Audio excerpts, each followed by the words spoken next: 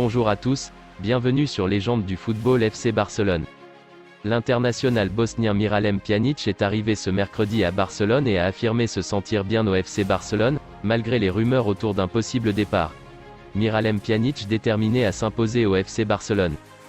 Bien qu'annoncé sur la liste des transferts depuis son retour de prêt infructueux à Beşiktaş, Miralem Pjanić serait bien déterminé à rester en Catalogne comme l'affirme Mundo Deportivo. Le quotidien explique que l'international bosnien, adepte de la méthode Xavi et apprécié par ce dernier, serait prêt à faire de gros efforts pour diminuer son salaire. De son côté, Sport annonçait mardi que Naples, la Lazio et la Juve garderaient un œil sur l'ancien Gone. Peu de clubs semblent vouloir s'encombrer du contrat encombrant du Bosnien et ça se comprend. Même s'il part de loin, Pjanić a une petite lueur d'espoir légitime pour se faire une place dans la rotation de Xavi. Le milieu de terrain bosnien a atterri ce mercredi matin à Barcelone, après quelques jours de repos accordés par Xavi Hernandez à l'effectif Blaugrana au retour de la tournée américaine.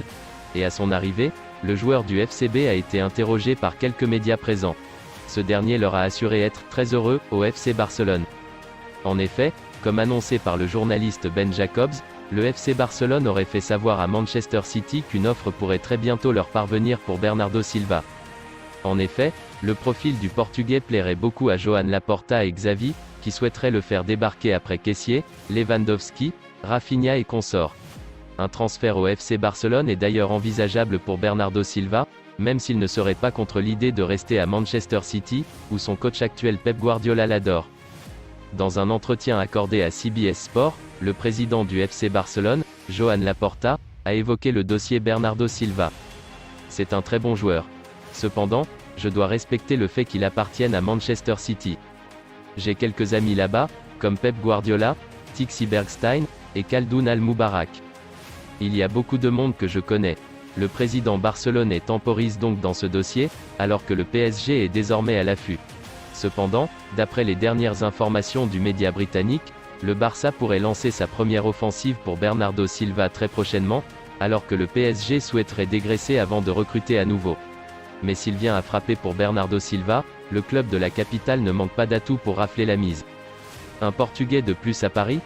Le PSG semble avoir des arguments qui pourraient convaincre Bernardo Silva de venir dans la capitale. D'abord, sa relation avec Luis Campos pourrait bien faire pencher la balance en faveur du club parisien. Ensuite, la présence de Kylian Mbappé, ami de Bernardo Silva, pourrait aussi faire des merveilles dans les négociations. Enfin, la présence de plusieurs joueurs portugais, tels que Danilo Pereira, Vitinha ou encore Nuno Mendes, et bientôt Renato Sanches, pourrait aussi permettre au PSG de prendre une longueur d'avance sur ce dossier. Bernardo Silva devrait donc continuer d'animer le mercato parisien. Memphis va quitter le Barça cet été, c'est une certitude, mais où va-t-il atterrir ? La Juve tenait la corde pour accueillir Depay, mais le Borussia Dortmund est entré dans la danse selon Sport. Le club catalan aimerait récupérer 20 millions d'euros pour laisser partir l'ancien lyonnais, mais serait prêt à revoir ses exigences à la baisse. Le Barça n'envisage en aucun cas de laisser Memphis partir libre. Toujours selon le quotidien catalan, l'entourage de Memphis Depay a été directement contacté par les dirigeants de Dortmund. Le club allemand, privé de leur attaquant ivoirien Sébastien Haller pour plusieurs mois, suite à une lourde opération, lui cherche toujours un remplaçant de haut niveau. Mais pour l'heure, le BVB ne serait prêt qu'à faire signer Memphis gratuitement, ou sous la forme d'un prêt. D'autres clubs anglais comme Arsenal et Manchester United ont sondé l'entourage de Memphis, sans pour autant aller plus loin. Le Barça espère de son côté boucler la vente ou le prêt de Depay dans la semaine. Si ce n'est pas le cas, il est clair que Barcelone ne lui accordera pas ou très peu de temps de jeu cette saison, ce qui serait contraignant pour le Néerlandais, à quelques mois de la Coupe du Monde 2022 au Qatar. En parallèle, les Blaugrana souhaitaient également se séparer de Frenkie de Jong. En l'occurrence, les performances du milieu néerlandais ne sont pas remises en cause, mais son salaire pose problème à la nouvelle direction du Barça. Ayant accepté de prolonger son contrat jusqu'en 2026 avec un report du paiement de son salaire, Frenkie de Jong attend un geste de la part du Barça. Les Blaugrana doivent près de 17 millions d'euros au milieu hollandais. Le FC Barcelone avait conclu un accord pour vendre l'ancien prodige de l'Ajax à Manchester United pour 85 millions d'euros. Les deux clubs s'étaient ensuite heurtés au refus de Frenkie de Jong qui souhaite disputer la Ligue des Champions. Cette semaine, le dossier a connu un nouveau rebondissement avec l'approche concrète de Chelsea. Les Londoniens seraient prêts à s'aligner sur l'offre de Manchester United pour finaliser le transfert. Le nouveau propriétaire du club, Todd Boehly souhaite recruter Frenkie de Jong pour renforcer le milieu de terrain de Thomas Tuchel. Longtemps annoncé à Manchester United, Frenkie de Jong pourrait finalement s'engager avec Chelsea. Plusieurs sources indiquent que les Blues vont transmettre une offre importante pour convaincre le Barça.